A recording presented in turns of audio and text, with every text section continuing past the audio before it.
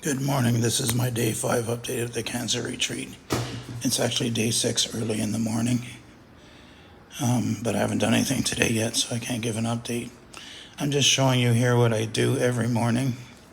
I go and I keep my journals. I have one journal about basically what my priorities are for the day, so I can prioritize and focus on the things that are most important while I have brain energy to do it, especially for work. Some days I get through the whole list, some days I don't. I also check my fasting blood sugar every morning, and I write in my cancer journal every morning. And the thing I like about this cancer journal is I have this checklist of stuff that I want to monitor, like my energy levels, my dexamethasone level. Did I weigh myself in the morning? All the things I want to hold myself accountable for. So I have to sit down once a day. Did I do all these things, all these good habits, or track all these things I need to track? So when I get up in the morning, I fill in for the day before, such as, did you weigh yourself this morning? Check mark. Did you check your fasting blood sugar? Check mark. Did you stick to your calorie goal yesterday? Check mark. So that's kind of stuff. And it also is a nice relaxing thing to do first thing in the morning while I enjoy a coffee. Funny story about this book here. I bought this book. It's highly recommended to read while I'm here. I haven't done any reading. I just haven't felt like it. But I went in my room here, and there was a copy of this book on the bookshelf. I think it might be in every room. So I bought the book, and then I came here, and there was a copy in my room already. And is that a sign that I'm supposed to read this? I've also yesterday I did online from the cancer hospital psychologist my cognitive behavior therapy, which has really been helping me a lot, and I highly recommend it on my AFib channel for my AFibers, because AFib comes packed with anxiety, and these thought techniques you learn really help. So I have my homework for my cognitive behavior therapy. And I will bet at this point that using these techniques has headed off a few seizures for me. So maybe I can help you, those of you who have AFib and you're watching. So you get these little exercises you go through to practice with. And after you do them, you sort of find yourself in the real time, in the real world, catching inappropriate thoughts as you have them and reframing them. Once you get good at this, it's as effective as medication. And then this is my favorite journal, just because it's so me. I use the word fuck like a comma in real life. And you have all these little, at the top of every page you have shit to track. And actually in the back of the book you get a bunch of stickers like, you fucking rock, or put my own pants on today. Stickers like this, small victory stickers you can use on your journal. So anyone who's got a cancer journal, cancer and a sense of humor, I highly recommend this book from Amazon. I'll put a link down in this video at some point. And I'll be restarting the website, and anything that helps me, like my under desk bike that I use, that I think will help other cancer patients. I'll be putting links to where you can find them there. I'm going to kickstart my Amazon affiliate status. The other thing I'm going to do is, from now on going forward, my videos are monetized. Anyone who hits the donate button before in front of a video or super chats in a live chat, I'm going to give 25% of that to Margaret's Place going forward. So I need to keep a bit of money because I got to live too, but I'm going to give 25% to Margaret's Place going forward from now on, because the work they're doing here for the families of dying people at this hospice is amazing. Plus they have these respite beds, and they're one of the only places that offer that anywhere near me.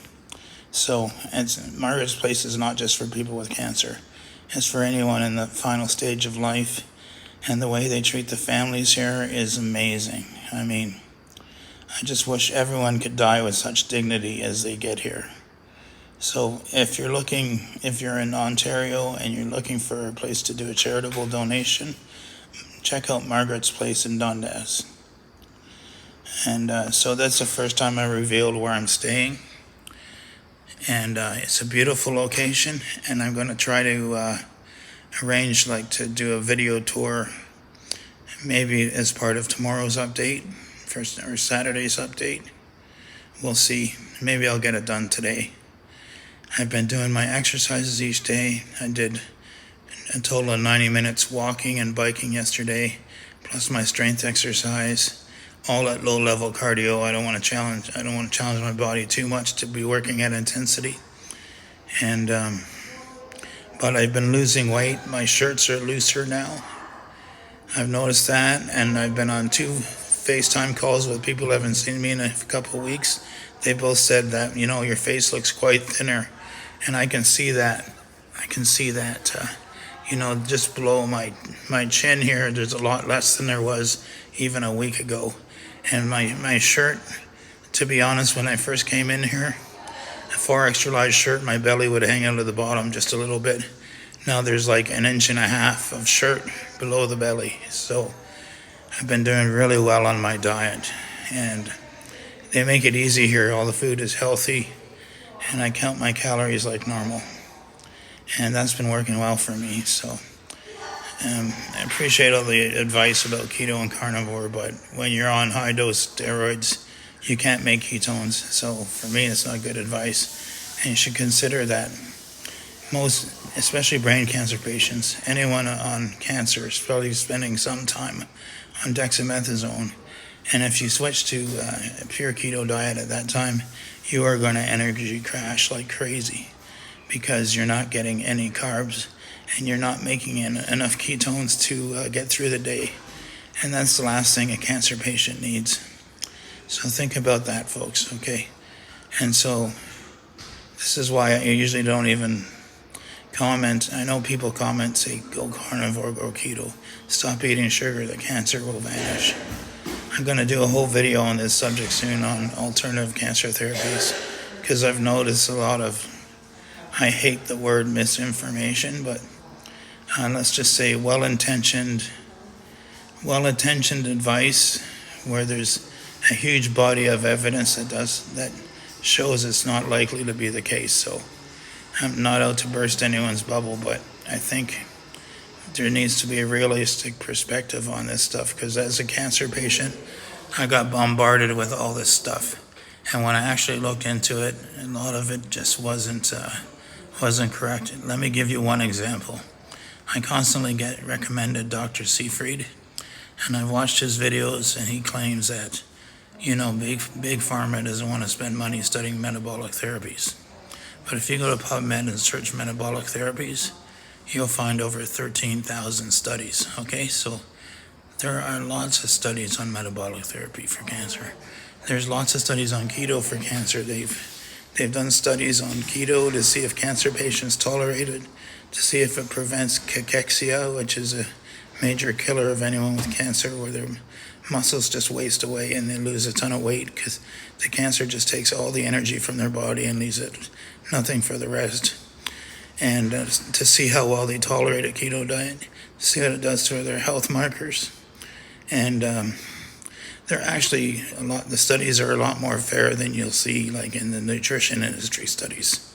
So those are out there, and you can probably find similar for vegan diets, or I doubt you will for carnivore, because very few people do carnivore diets. But a carnivore diet and a keto diet, you're essentially accomplishing the same thing, maybe just at a higher intensity. So thank you all for listening, and I'm going to go enjoy my Friday now. Sorry I didn't get this up yesterday, but it's so early in the morning you probably didn't notice. Thanks, everyone. I appreciate all the love and support you've all been giving me in here, and I've just appreciated this week so much. All the staff here are amazing.